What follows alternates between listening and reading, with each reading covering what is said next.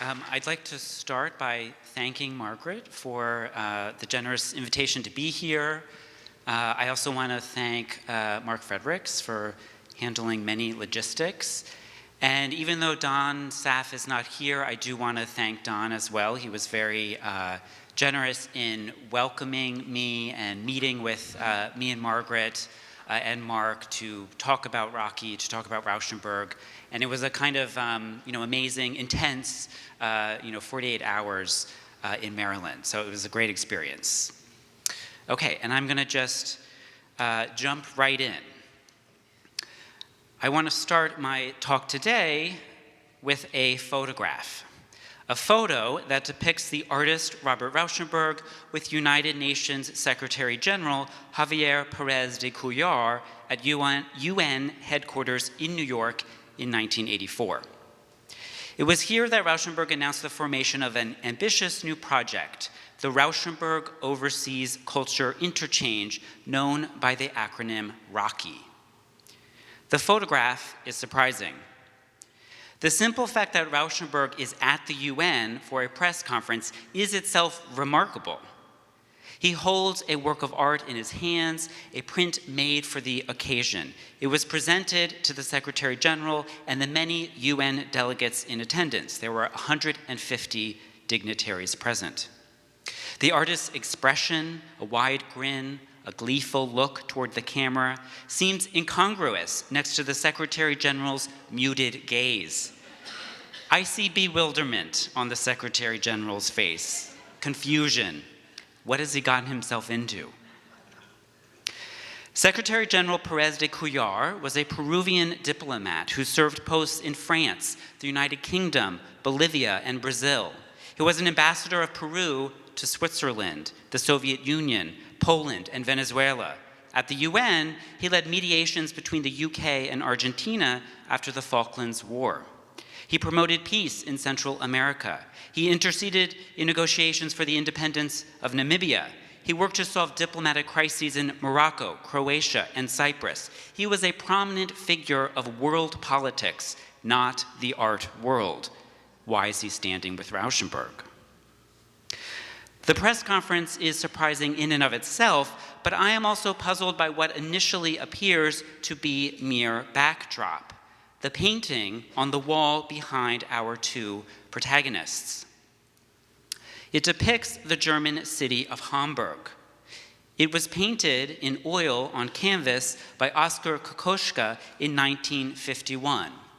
It shows the city's port restored after the Second World War, after the city was nearly destroyed in bombing, all a result of the nationalistic fury of fascism. But here, rebuilt, the city thrives, a bustling democratic metropolis, once closed to the world under dictatorship, is now open to all, its docks and harbors busy, a multicolored, multicultural tableau. Shipping cranes dot the foreground, a stream of boats pours across the canvas, and color illuminates the cityscape. The painting represents the unifying force of international, transnational exchange. Rauschenberg's Rocky print mirrors the painting, in formal terms, and it is perhaps for this reason that the Kokoschka made for an appropriate setting for Rauschenberg's UN publicity shot. The print contains a seemingly random assemblage, a bicycle, a clock, a sign, all layered under brushstrokes of vivid color. It evokes, in a way, a cityscape. The painting and the print both seem to be emblems of Rocky, of Rauschenberg's global ambitions. They suggest not just transnational exchange, but a new imagined global community, a new multiculturalism, a democratic openness to the world and its visual culture. Rauschenberg's UN press conference was the official launch of what became a globe-trotting extravaganza. The artist initially conceived of the project in the 1970s as the Robert Rauschenberg Round the World Tour, a standard traveling exhibition with a fixed checklist of works made in the US and then circulated abroad. But as the Rauschenberg overseas culture interchange, the project became more elaborate. The artist traveled to host countries in advance, photographing the people and places he encountered. And here are some photos that just document Rauschenberg on these travels with his camera. And the Rauschenberg Foundation, their archives, contain hundreds of these 35 millimeter slides and other photographs that Rauschenberg created. Working collaboratively with local artists and artisans, he learned craft techniques, used indigenous materials, appropriated found fabrics, and collected printed material. All these varied sources filtered into his combine-like collages. Each stop on the Rocky tour further showcased works created in previous locations, creating a flexible, dynamic format that created encounters between works across countries and cultures. The Rocky acronym symbolized these aims. It was a reference to Rauschenberg's pet turtle, Rocky, who starred in a 1965 performance piece by the artist, and is seen here, I think, in 1966 at Rauschenberg's New York City loft in Soho. But it was also a reference, the turtle, to the world turtle, a feature of Chinese, Hindu, and Native American mythology, all of which include variations of a tortoise that carries the weight of the world on its back, as in this 1876 drawing of the Hindu version of the myth. And this is a very widespread phenomenon, this idea of a world turtle. These are columns, stelae in, I believe, China that show a kind of dragon-like turtle with this tortoise shell carrying the weight of the world. The world turtle became an essential part of Rocky's visual culture, placed on invitations, announcements, posters, catalogs, stationery, and letterhead. And here are just a few examples of the turtle in the archive materials from Rocky. And you can see it repeats on everything on the catalog at National Gallery, on letterhead. These, let's say, in a way, Rauschenberg was the world turtle. His itinerary was extraordinary. He initially imagined visits to 22 countries in 4 years, which would have required circling the globe with a non-stop, around-the-clock intensity. The sun would never set on Rocky. In the end, Rauschenberg only reached 10 foreign cities. These destinations focused on what Rauschenberg termed sensitive nations, nations under totalitarian regimes, or countries that were closed to the West or economically underdeveloped. In chronological order, these include the capital cities of Mexico, and I'm just going to show the exhibition posters from each location. So Mexico, Chile, Venezuela, China, as well as Tibet, Japan, Cuba, the Soviet Union, East Germany, and Malaysia. Most of these destinations suffered under oppressive governments, specifically totalitarian communist regimes or authoritarian dictatorships that had severe limits on freedom of expression. China, Cuba, the Soviet Union, and East Germany were all behind the Iron Curtain. Chile was under the dictatorial grip of Augusto Pinochet. Tibet was occupied by China. Venezuela was beset with economic crisis. There were plans for trips to other areas of geopolitical unrest: Yugoslavia, Vietnam, Sri Lanka, Kuwait, Saudi Arabia, Israel, Morocco, Egypt, South Africa. To cap off this global marathon, Rauschenberg held in 1991 the 11th and final stop, Rocky, USA, at the National Gallery of Art in Washington, D.C., where works from each preceding city, as well as new ones, were exhibited as a conclusion to this impressive multi-year project. So just to explain, my diagram is a bit misleading here. It's not that Rauschenberg, the kind of organization, he returned frequently to Captiva. He would go in advance to each destination, then come back to Captiva, make work, then go to the opening in the city, the host country in the city that was hosting the exhibition, and then return and make more work. And all while this is happening, Don Saff is going kind of site to site to prepare in advance, really, and to kind of organize with the host country to make the arrangements to kind of pull off. And then at the end, work from each site is exhibited at the National Gallery. And this is the exhibition poster for the final Rocky exhibition. So, I mean, this gives you a kind of sense of the model here. Rocky was framed by the artist's deeply felt, sincere, we are the world multiculturalism. Quote, the purpose is to promote peace through active communication with art, end quote. The project's founding document was a 1984 manifesto written by the artist during a Caribbean vacation and known as the Tobago Statement. And I'm going to read some of the statement. The Rauschenberg Overseas Culture Interchange is a 4-year private project taking, making, and exchanging art and facts around the world. Emphasis will be placed on sharing experiences with societies less familiar with non-political ideas or communicating worldly through art.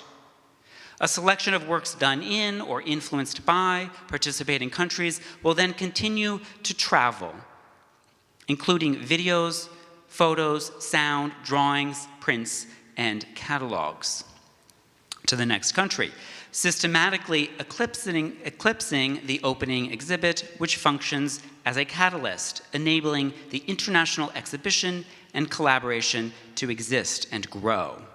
I feel strong in my beliefs, based on my varied and widely traveled collaborations, that a one-to-one contact through art contains potent, peaceful powers, end quote. Rauschenberg insisted that the entire project, despite its fundamentally and kind of essential geopolitical framing, was purely apolitical, concerned with, and these are his phrases, non-political ideas, communicating worldly, and sharing experiences.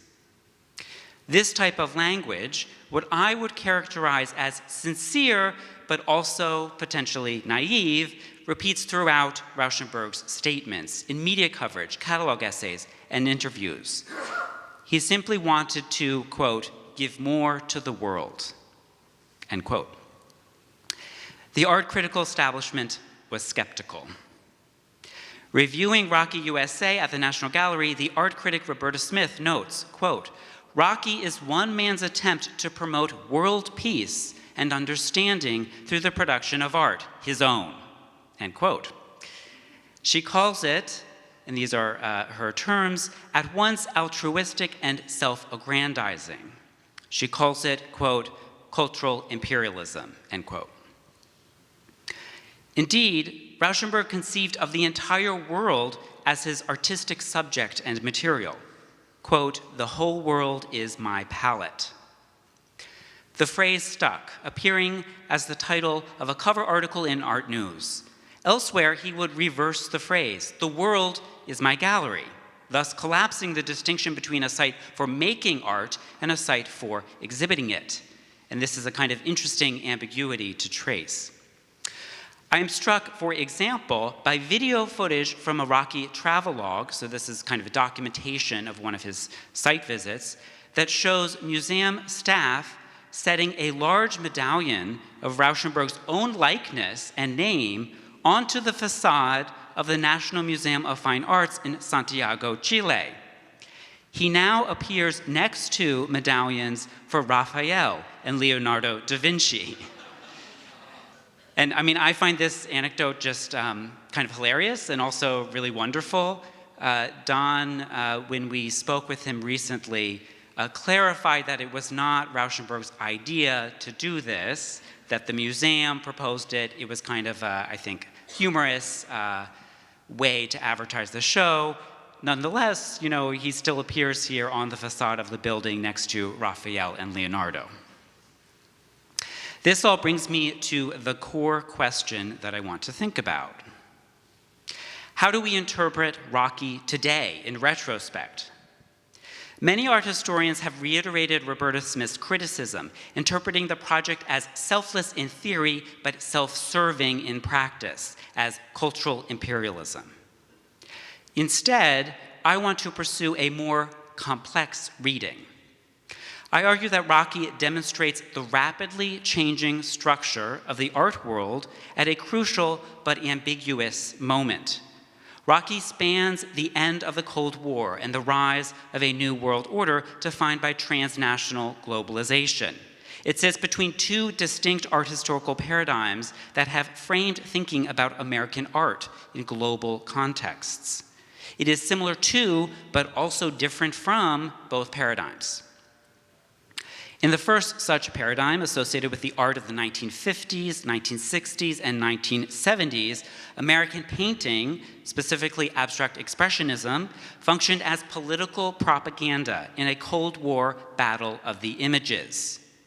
The critic Max Kozloff first described the ideological operations of such canvases. Their abstraction, their seemingly blank quality, allowed them to become screens for projection of coded messages. Formal qualities reflecting expression were transvalued as statements about freedom of expression, about political, cultural, and economic freedom. Ava Cockcroft extended this analysis still further, revealing not only how formal qualities permitted readings of ideological content, but also how structural links, an umbilical cord of gold, to use the words of famed critic Clement Greenberg, between the US government and arts institutions allowed the art to become, in Cockcroft's resonant phrase, a weapon of the Cold War. She specifically identifies the ties between the United States Information Agency, or USIA, the Central Intelligence Agency, or CIA, and the International Council of the Museum of Modern Art in New York, or MoMA. She even traces how single individuals like Nelson Rockefeller carried foreign policy objectives across these institutions. And this is a reading about artists like Jackson Pollock that was kind of a revisionist new interpretation in the 1970s, but has now, I think, become widely accepted, although there's different ways to kind of understand how this happened. But the idea that the US government is backing art, American culture as soft power is kind of a well-established art historical analysis. The second paradigm, associated with the art of the 1990s, 2000s, and today, explains how a circuit of art biennials, international art fairs, and a jet-setting art world elite sustains an expanding global art market that emerged in the aftermath of the Cold War. In this model, capital is often distributed inequitably in a center and periphery relationship. Capital from the West infiltrates new art markets to the benefit of foreign countries and their artists, but also to the benefit of the West. Development is uneven, with value extracted, sent home, pooling in specific sites for the global art world. New York City comes to mind as a kind of example of this.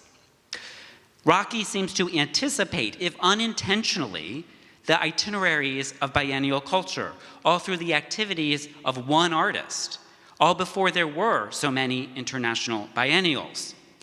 Indeed, many host countries considered Rauschenberg's visit as the defining moment for their entrance into the global contemporary art world and its marketplace, and demarcate their history of art in chronological terms, before Rauschenberg and after Rauschenberg. So kind of, BC and AD, framing with Rauschenberg's visit as the key moment. I want to explore how Rocky reflects a collision of these two models, functioning both as a weapon of the Cold War and a tool for globalization after the Cold War. Rocky sits between paradigms. It represents a unique and crucially important transitional moment. Rauschenberg always insisted that Rocky was non-political, but does that make it true? The first draft of the Tobago Statement includes a telling editorial change. Non-political actually replaced the term Rauschenberg had originally chosen, Western. In other words, non-political ideas was another way of saying Western ideas or American ideas, and sharing these abroad in the non-Western world seems inherently, unavoidably political. So, and here's that phrase. I'm trying to say that, there's a bit of a kind of changing of the rhetoric. I think it's well chosen to appear non-political, but I'm trying to kind of pressure that idea and, looking through some of the archival material from Rocky to see how Rauschenberg's own thinking, what kind of inspired his writings and how he was also carefully avoiding certain words in the end in his published statements. In part, Rauschenberg denied the political nature of his project because he disavowed official US government funding, thereby distinguishing his efforts from earlier precedents, the ones I mentioned during the Cold War. But in other, more subtle ways, the program mirrored government efforts. The abstraction of the program into the language of the organization, into ROCI, R-O-C-I, itself calls to mind governmental organizations, the USIA, the CIA, the UN. Rocky had a complete organizational apparatus, an official headquarters here in Florida, run by a secretary general of a sort, Don Saff. And Saff served as artistic director for the project. So he's really arranging everything that happens aside from, producing the work itself. In the 1991 catalog for Rocky USA, held, I might add, at the National Gallery of Art, a national museum that is definitionally linked to the US government and situated opposite the US Capitol building, Rauschenberg states that he had first explored funding the project through the auspices of the US International Communications Agency, or USICA, the name for the USIA during a brief period around 1980. In fact, Rauschenberg's papers contain an internal report on Rocky from 1987 that details continued discussions with the agency over years about sponsorship. This was, remember, the very same agency that promoted the exhibition of abstract expressionism decades prior. Of course, Rocky did not need official state sponsorship to fulfill the role of the state. This was, after all, the era of privatization, when state responsibilities were left for the market to solve. Think Reagan, Thatcher, for example. As Don Saff, Rocky artistic director, explains to Rauschenberg, the US government didn't even have access to countries that were, quote, sensitive enough for you, end quote. In other words, Rauschenberg could only make the project happen as a private citizen. In one brazen example of how Rocky privately assumed governmental power, the artist employed transport services from none other than the Chinese Air Force to get works to Lhasa, Tibet from Beijing, China. Recall that Tibet is occupied by China. The fact that Rauschenberg hired the occupying military force to assist in a project ostensibly opposed to China's military occupation, this is why Rauschenberg was visiting Tibet, is deeply ironic and reveals the unavoidable contradictions of Rocky's geopolitical aims. Likewise, Rauschenberg paid the Venezuelan Air Force to transfer works from Chile to Venezuela via military aircraft. Documents show that it cost $51,000, or about $150,000 today. And these are, again, slides that have been digitized by the Rauschenberg Foundation from their archives. And, to kind of put this all in relief, one of them here shows Pinochet on a television screen, seen in Chile. In a striking remark, Rauschenberg explains his intention to, quote, just keep all the armies and navies and military busy hauling art around so they won't have time to be aggressive militarily, end quote. And Don Saff used a very resonant phrase, a kind of interesting semantic construction. When we spoke with him recently, he called this waging peace. So, kind of mimicking something militaristic, but for altruistic or, positive ends. This overt reliance on military power suggests how Rocky mimicked and mirrored a global American military presence, even if it was all a peacemaking enterprise, and despite the fact that it was privately supported. In this way, Rocky needs to be seen as a clever, brilliant, really, reenactment of that earlier Cold War model, even if the project disavowed government funding. The impact of Rauschenberg's visits and their reception also reflects that earlier model. Let me explain with some examples from the archive. A letter from a woman named Sue Tahansky of Tampa, Florida, sent in August 1991 to J. Carter Brown, the director of the National Gallery of Art in Washington, specifically links Rocky to current events, to political events. And Sue Tahansky writes, "Dear Mr. Brown, the timing of Rocky is perfect. It should be at the National Gallery right now. I saw the exhibit on the 13th, came back to Florida on the 18th, looked up to the numbing news of the coup on the 19th. Then the rest of the week just barreled through with one unbelievable event after another. Rocky helped those people. In fact, after looking at the catalog again, I know Rocky helped. You don't know how instrumental or influential it was for how many. Thank you for sharing Mr. Rauschenberg's world. Sincerely, Sue F. Tahansky."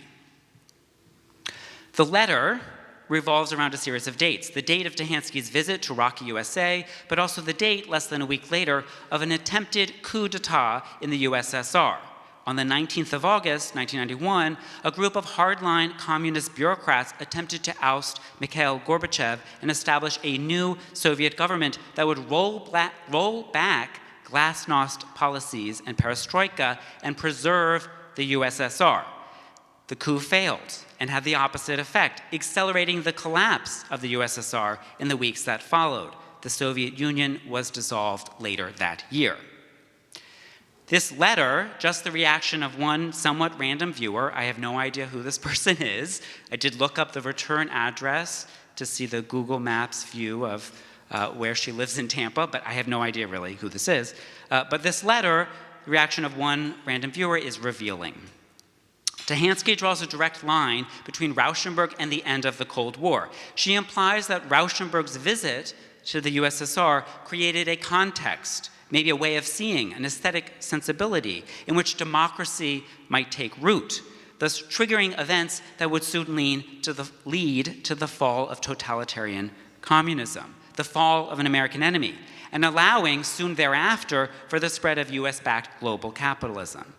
The artistry in Rocky is not only in the art, the paintings and combines Rauschenberg made, but also in the foreign policy objectives that Rocky so elegantly, artistically achieved. The art was geopolitics.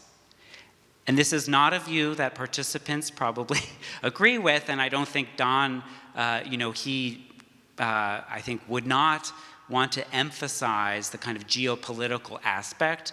But when looking at the project in retrospect, this is, to me, the thing that makes it unique and kind of extraordinary.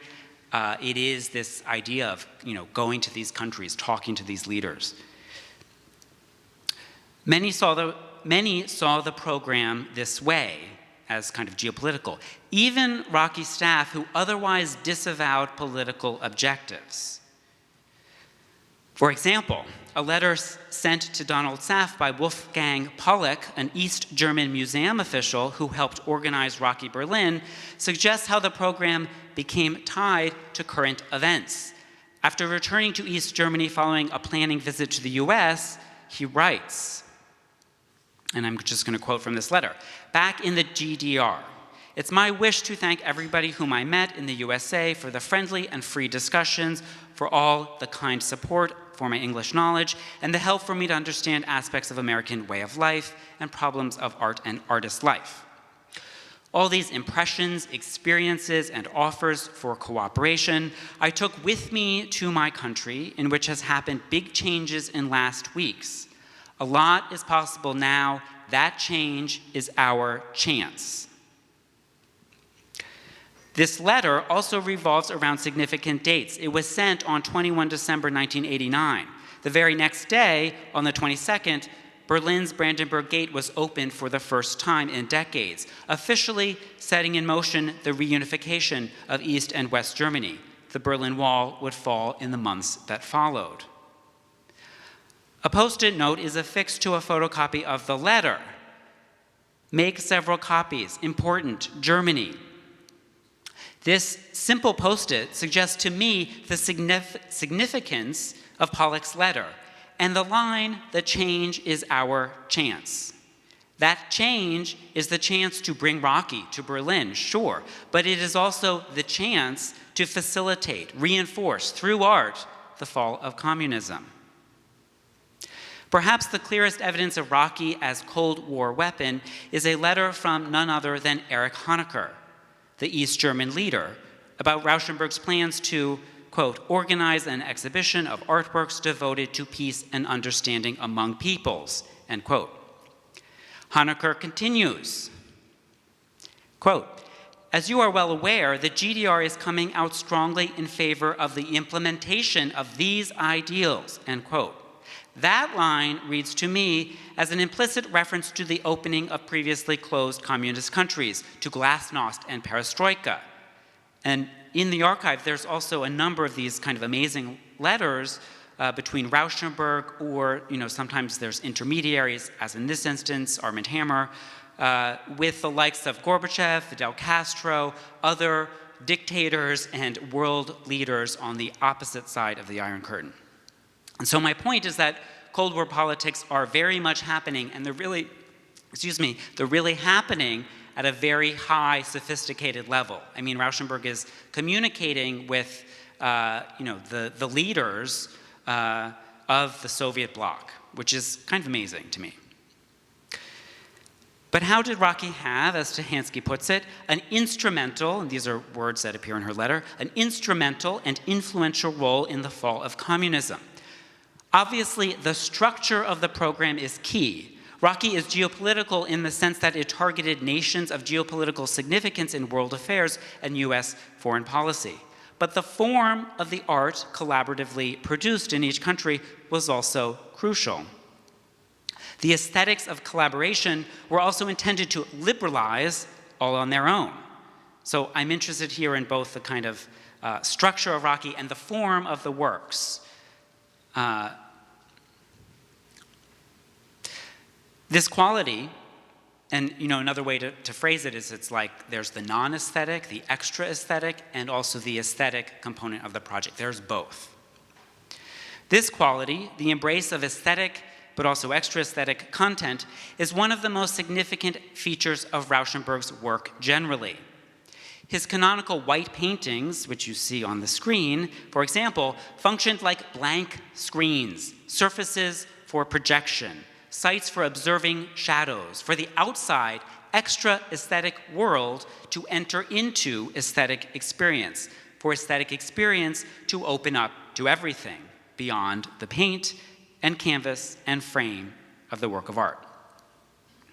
Instead of art resisting the world, art embraces it. Rauschenberg's Rocky works are similar. They create free associations between images, layers of reference, a spectrum of difference in indeterminate relation. And here are just a few other examples of the types of works that come out of the Rocky project. Rocky explicitly embraced this liberalizing quality, the openness of interpretation, the way visual difference was synthesized as a primary attribute of the Rocky message. As Saf explains in a 1984 statement, quote, images are without hierarchy. Rauschenberg's working methodology is always a collaborative process. One image collaborates with another. Paint is merged with photography, technology, screen printing, found objects. A collaboration of images is his aesthetic, and a collaboration of countries is the global concept of this culture interchange exhibition, end quote. The aesthetics of collaboration, what we see in the work, its democratic openness to the world and its visual culture, its free associations, multiplicity, is transvalued, simultaneously becoming a statement about the relationship between countries, about democratic political collaboration. I have described how Rocky reenacts and restages an earlier history of American art during the Cold War, but also how it deviates from that narrative and from the precise ideological messages and direct government support that had previously circulated in the battle between capitalist and communist. In the 1980s, in the era of Reagan and Thatcher, and Deng Xiaoping, the Chinese leader who initiated economic reforms embracing aspects of capitalism, seen here in a Time magazine cover made by Rauschenberg, the old Cold War binaries no longer applied. Deregulated markets, multinational capital flows, and the ability to buy and sell in defiance of the nation state would create a new world order. In this model, money, not ideology, matters. As I see it, there is a complex, entangled relationship between the global content of Rauschenberg's Rocky works, the visual culture of globalization, and the emergence of this post-Cold War model of globalization. Let me consider this through a few Rocky works. Rauschenberg often said that he hoped audiences would, quote, see themselves in his creations. Saff explains this concept in relation to Rocky Mexico, and here is a work from Rocky Mexico. Quote, of primary importance was to have Mexicans walk into the exhibition and see their own Mexican imagery, end quote. So you can see here, I mean, that's kind of conveyed through the food packaging around the kind of edges of this work, the colors of the Mexican flag, text in Spanish, etc. Similarly, the poster for Rocky China includes identifiable Chinese imagery, the swan, a pig, a Chinese garden, and cutouts of smiling Chinese faces. And this was the kind of approach of all of these works. They contain content that related to the host country. So in this work, Sino-Trali, there is Asian imagery, Tibetan prayer flags, pictures of a Buddha, a lion, a yak, etc. This approach of mirroring peoples and places in the art always risked collapsing into stereotype. For example, consider a work from Rocky Malaysia. The screen-printed image of an indigenous Malaysian figure overlays bright pigment, presumably signifying indigeneity through vivid color. It reminds me, although Don thinks this is a very unfair comparison, so I'm going to flag it and still do it nonetheless. It reminds me of the United Colors of Benetton ads from the period that show models decorated with world flags and tribal paint. All the colors of the world, as the Benetton tagline goes, are here embodied in Rauschenberg's canvases and works, prints, in the most literal of ways, bright green, bright orange, a vibrant slash of pigment to signify something exotic.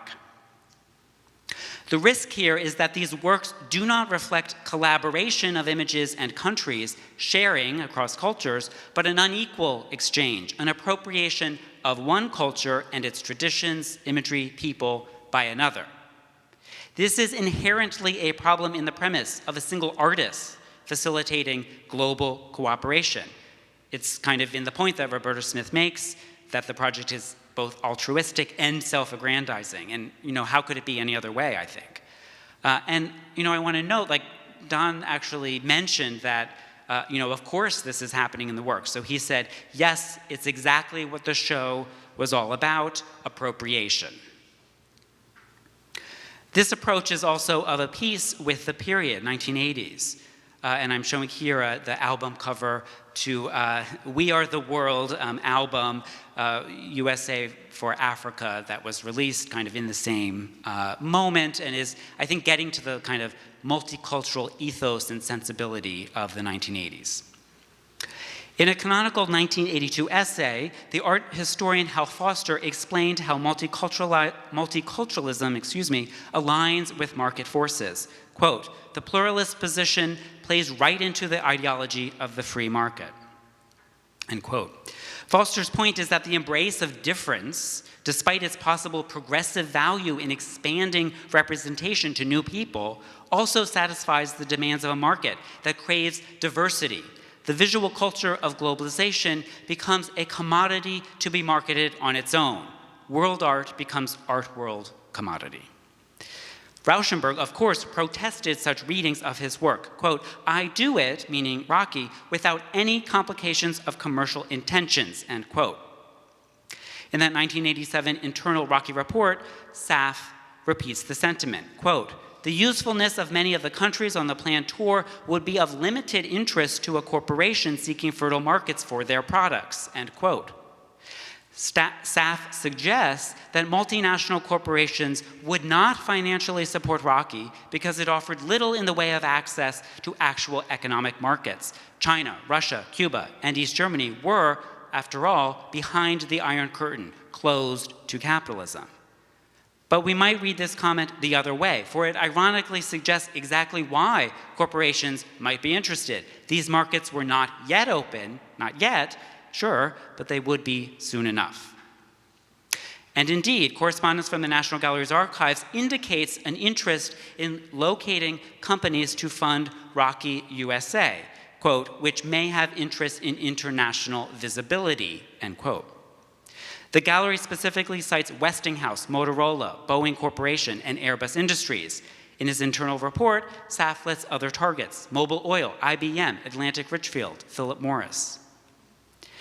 Actually, the National Gallery thought multinational corporations might support Rocky not because the program offered some sort of access to new markets, but because of its global imprimatur. An internal memorandum explains how American Airlines was then in the process of negotiating the purchase of airline routes between the US and London, serviced by its competitor, TWA. As part of this effort, America was, quote, "heavily embroiled in a Capitol Hill lobbying campaign." J. Carter Brown called the airline's lobbyist and, quote, "proposed that American sponsor Rocky in order to gain a positive visibility in Washington," end quote. This example, merely one of many, suggests how Rocky promoted globalization, not only in the sense of opening markets, but also by potentially offering an altruistic, globalist glow through its visual imagery for brands with financial interests around the world, especially one whose principal product, air transportation, was so closely aligned with Rocky's operations. Rauschenberg even made personal appeals to such companies, quote, "As the exhibition," and this is one of these appeals, "as the exhibition involved lots of traveling and shipping, I proposed to Pan Am that I would paint one of their planes. It would be the Rocky plane." In the end, these relationships did not materialize, and Rauschenberg financed the project on his own. This included paying out of pocket for the immense cost of shipping, insurance, staff salaries, and of course, flying to exotic locales. And yet, records at the National Gallery also suggest to me how this expensive program created new value, even if it was not explicitly monetized. Making art abroad costs money to do, but the works that resulted, most of which were sent back home, were worth something. And so, just kind of returning to this model of making work in all these different places, and then it ends up back in the United States for the most part. To be specific, according to records at the National Gallery of Art, 92 Rocky works on loan to Rocky USA, works created at the program's 10 previous stops abroad, were assessed at a value of $21,749,550, or about $50 million today when corrected for inflation. To be sure, insurance valuations are not sale prices. These works were not sold. Indeed, Rauschenberg donated for free one work to the people of each host country. And yet, that $21 million insurance valuation still indicates how the project generated potential, maybe unrealized, economic value. It reminds me of the way multinational companies might enter foreign markets, extract commodities, then generate profits for a home country. There is, of course, meaningful incentive for foreign countries to host such business, jobs, taxes, fees, but who ultimately benefits? And kind of another way to put this is like, Rauschenberg has a kind of amazing, brilliant business strategy or investment strategy, and I think it's very important, from the perspective of art history, to think about how value is created. And the idea of going to these foreign countries, he could make work in Captiva. He doesn't need to go to Mexico, go to Japan, go to China to produce work. But in doing so, I can see a kind of business investment mind at work here. And I'm now going to conclude. I have long been fascinated by Rocky. I first wrote about it more than a decade ago when I was a graduate student. At the time, I approached the project with a critical eye, a cynical eye. I was quick to critique Rocky for its relationship to Cold War and post-Cold War art world systems. But I'm no longer convinced by my own arguments. In our moment, one defined by a terrible war between Russia and Ukraine, escalating conflict between Israel and Palestine, accelerating threats in hotspots around the globe, on the Korean Peninsula, Taiwan, Iran, Yemen, Ethiopia, it hardly seems fair or even very compelling to just be cynical.